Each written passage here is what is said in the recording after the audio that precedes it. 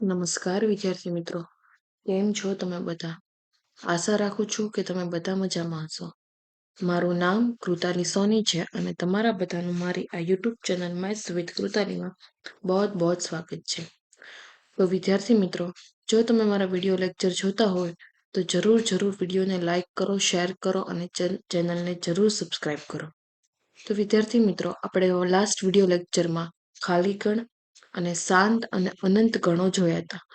તો ખાલી ગણ શું છે?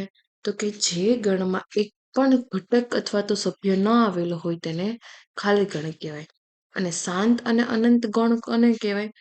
તો કે જે પણ ગણ ખાલી હોય અથવા તો કોઈ નિશ્ચિત ધન પૂર્ણાંક આવેલો હોય તેને શાંત અને અનંત ગણો કહેવાય છે.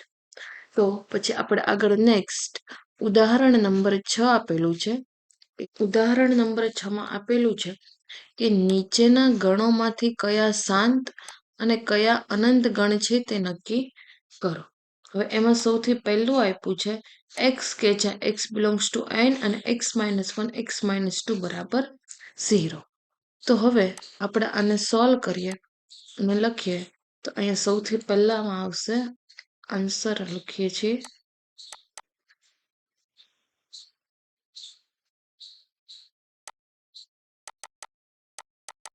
આન્સરમાં સૌથી પહેલામાં હવે x - 1 અને x - 2 છે, આ 0 બંને બાજુ આવશે. તો ફર્સ્ટના આન્સરમાં આવશે 1 અને 2. આ બંને બાજુ 0 આવશે. અહીં માઇનસ છે, 0 ની ઓલી બાજુ જશે એટલે +1 થશે. અહીંયા તે -2 છે, 0 ની પેલી બાજુ જશે એટલે +2 થઈ જશે. તો આ 1 અને 2 આ x ની વેલ્યુ આવી. આમાં નિશ્ચિત ધન પૂર્ણાંક ધરાવે છે એટલા માટે આ ગણ કેવો થશે? શાંત ગણ. ઓકે, નાઉ નેક્સ્ટ સેકન્ડ જોઈએ. સેકન્ડમાં શું છે? x કે જ્યાં x બિલોંગ્સ ટુ n અને x² બરાબર 4. હવે x² બરાબર 4 એટલે x ની વેલ્યુ પ્લસ એન્ડ -2 આવશે. પણ અહીંયા પણ x બિલોંગ્સ ટુ n કીધેલું છે એટલે ઓનલી એન્ડ ઓનલી કઈ વેલ્યુ આવશે? +2 વાળી. હવે આ પણ નિશ્ચિત ધન પૂર્ણાંક ધરાવે છે એટલા માટે આ ગણ પણ કેવો થશે? શાંત ગણ. ઓકે, નાઉ નેક્સ્ટ જોઈએ.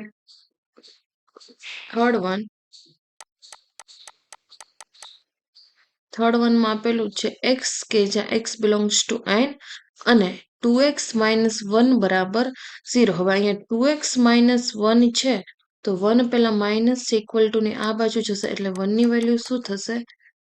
+1 થઈ જશે. 2x બરાબર 1 આટલું થયું.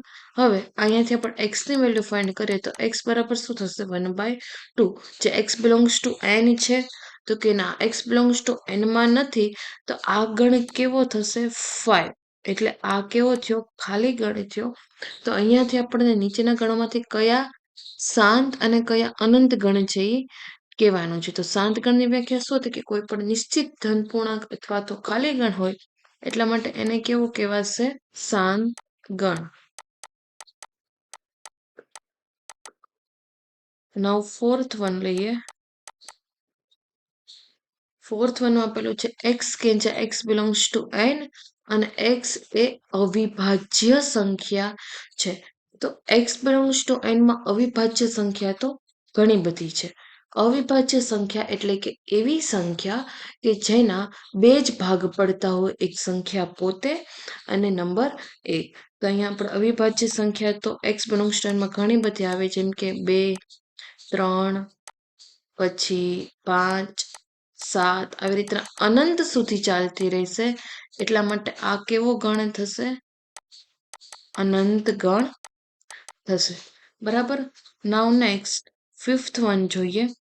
ફિફ્થ વનમાં શું આપેલું છે? તો કે x કે જ્યાં x બિલોંગ્સ ટુ n અને x એ અયુગ્મ પૂર્ણાંક છે. અયુગ્મ પૂર્ણાંક એટલે કે એકી સંખ્યા.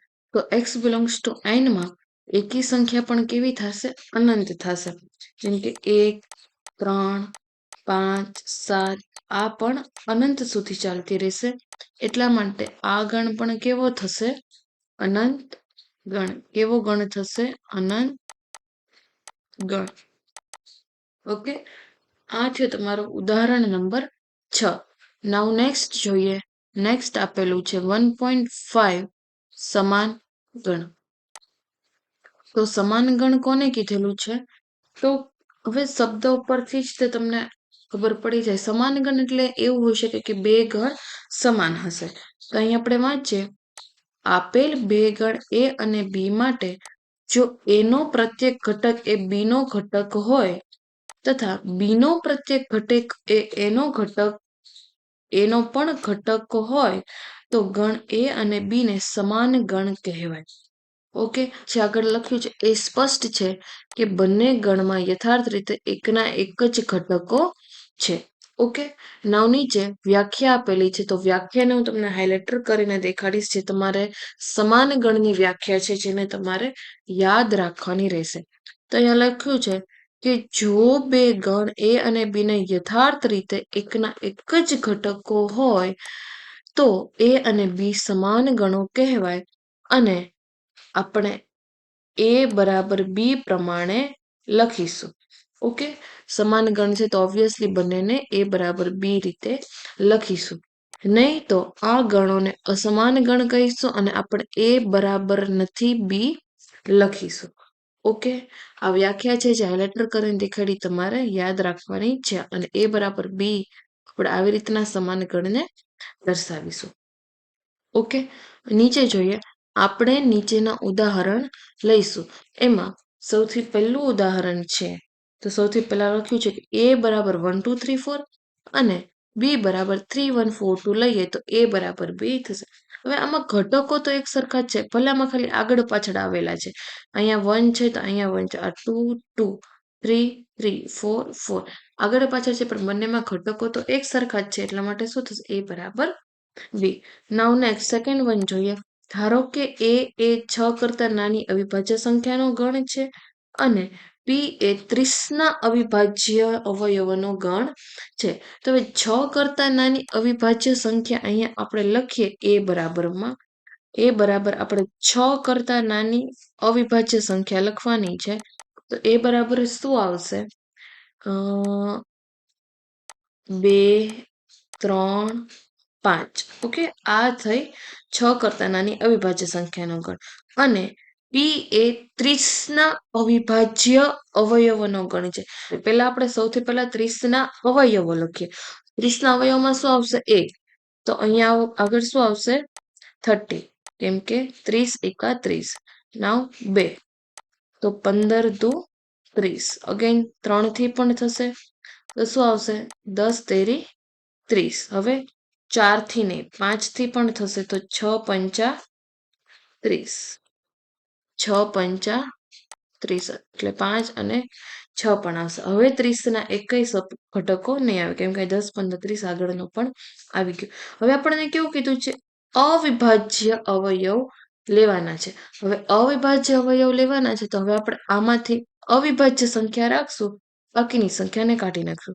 તો 1 એ અવિભાજ્ય સંખ્યા નથી, 2 અવિભાજ્ય છે, 3 અવિભાજ્ય, 5 અવિભાજ્ય, 6 અવિભાજ્ય સંખ્યા નથી, 10 પણ અવિભાજ્ય નથી, 15 પણ અવિભાજ્ય નથી અને 30 પણ અવિભાજ્ય સંખ્યા નથી. તો આમાં ખાલી P માં શું રહ્યું?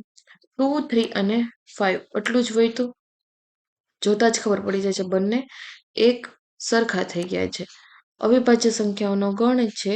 તો આગળ હવે વાંચે, ફક્ત 2 3 અને 5 એ 30 ના અવિભાજ્ય અવયવો છે તથા 6 કરતા નાના છે. ફરી 6 કરતા નાની પ્રત્યેક અવિભાજ્ય સંખ્યા એ 30 નો અવયવ છે. આથી A અને P સમાન છે. બરાબર, જોઈને જ ખબર પડી જાય A અને P સમાન છે. હવે A અને P સમાન છે તો અહીં આપણે A બરાબર P લખી શકીએ. આગળ આપણને નોંધ આપેલી છે, નોંધ જોઈએ. જો ગણમાં એક અથવા વધારે ઘટકોનું પુનરાવર્તન થાય તો ગણ બદલાતો નથી. દાખલા તરીકે ગણ A બરાબર 1 2 3 અને B બરાબર 2 2 1 3 3 સમાન છે, કારણ કે ગણ એનો દરેક ઘટક ગણ B માં છે અને આથી ઉલટું પણ સત્ય છે. આ કારણ આપણે ગણ દર્શાવતી વખતે મહદ અંશે ઘટકનું પુનરાવર્તન કરતા નથી. બરાબર, આપણે ગણ લખતી વખતે યાદીની રીતે લખીએ એટલે ઘટકોનું પુનરાવર્તન કરવાનું ન હોય. એટલે આ બંને ગણ પણ કેવા છે? સમાન ગણ જ છે. ઓકે, નાઉ નેક્સ્ટ આપણે ઉદાહરણ નંબર 7 જોઈએ. તો ઉદાહરણ નંબર 7 માં આપેલું છે સમાન ગણોની જોડી શોધો જો હોય તો તમારા ઉત્તર માટે કારણ આપો. હવે સપોઝ આપણે લખી દઈએ કે એ બરાબર બી, તો એ બરાબર બી કેમ છે એનું પણ આપણે કારણ આપવાનું છે. હવે આમ જોઈને તરત તો આપણને આઈડિયા ન આવે કે કઈ કઈ જોડી સમાન છે. તો આપણે સૌથી પહેલા એ બી સી ડી અને ઈ માં કયા કયા ઘટકો આવશે ને એ લખી લઈએ. તો સૌથી પહેલા તો એ બરાબર તો આપણને 0 આપેલું જ છે, બરાબર. હવે બી માં કયા ઘટકો આવશે? તો કે બી માં એક્સ, કે જ્યાં x greater than 15. Greater than 15 એટલે 15 સૌથી નાનો છે, કોણી જે બાજુ એ સૌથી નાનો એની કરતા બધી મોટી સંખ્યા. 15 સૌથી નાનો એના કરતા બધી મોટી સંખ્યા એટલે 16, 17, 18, 19 ઇન્ફાઇનાઇટ સુધી ચાલશે. અને એક્સ લેસ ધેન 5 એટલે 5 સૌથી મોટો એના કરતા નાની સંખ્યા. તો એવી એકેય સંખ્યા પોસિબલ નથી જે 15 કરતા મોટી અને 5 કરતા નાની. હવે અહીંયા હું તમને લખીને દેખાડું તો 15 કરતા મોટીમાં 16, 17 અપ ટુ 100 આવશે.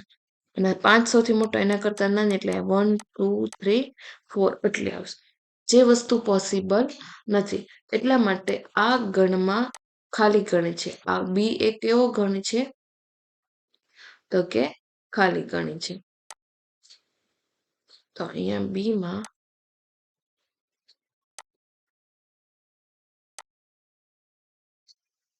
બી બરાબર આપણે લખીશું 5. સી બરાબર શું આવશે? સી બરાબર એક્સ, કે જ્યાં એક્સ માઇનસ 5 બરાબર 0. આ -5 છે ઇક્વેશનની ઓલી બાજુ જતું રહે એટલે કેવો આન્સર આવે?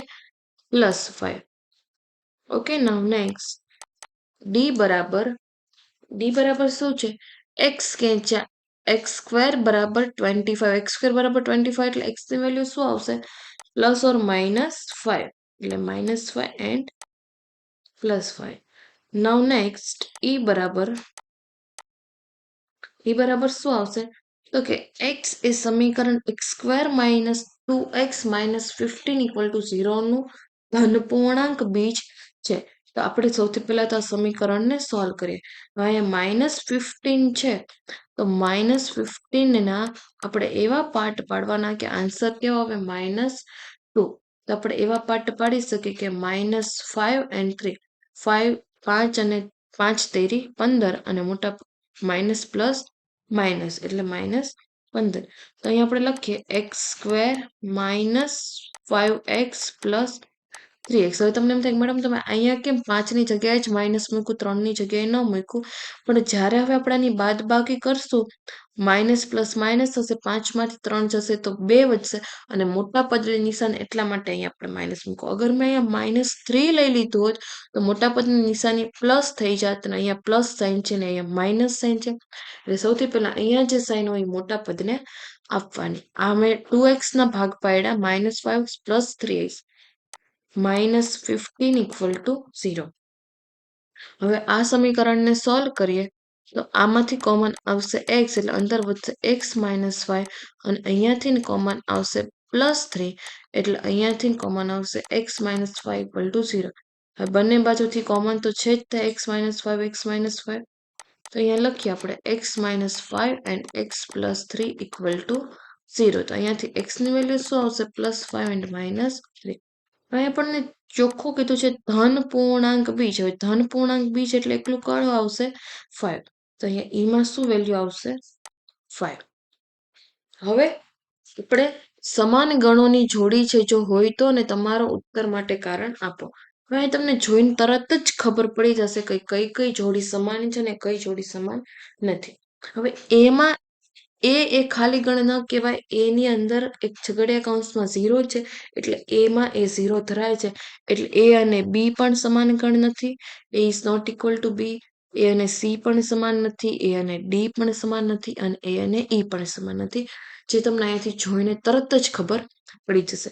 નાઉ નેક્સ્ટ બી અને સી પણ સમાન નથી. બી અને ડી પણ સમાન નથી. બી અને ઈ પણ સમાન. નેક્સ્ટ સી અને ડી. તમને એમ થશે મેડમ આ બેયમાં +5 તો છે પણ અહીંયા -5 છે. શું અહીંયા -5 છે? બંને એક સરખા જોવા પડે એટલે માટે સી અને ડી પણ એકબીજાના સમાન નથી. અને સી અને ઈ એ એક્ઝેક્ટલી સમાન છે કારણ કે બંનેમાં એક જ સમાન ઘટક આવે છે 5. એટલા માટે તમારો આન્સર થશે C ઇક્વલ ટુ E. આ એક જ સમાન ગણ બનશે. બંનેનો સેમ ઘટક આવે છે 5 અને D બરાબર E પણ પોસિબલ નથી. ઓકે, તો આ તમારો થયો ઉદાહરણ નંબર 7.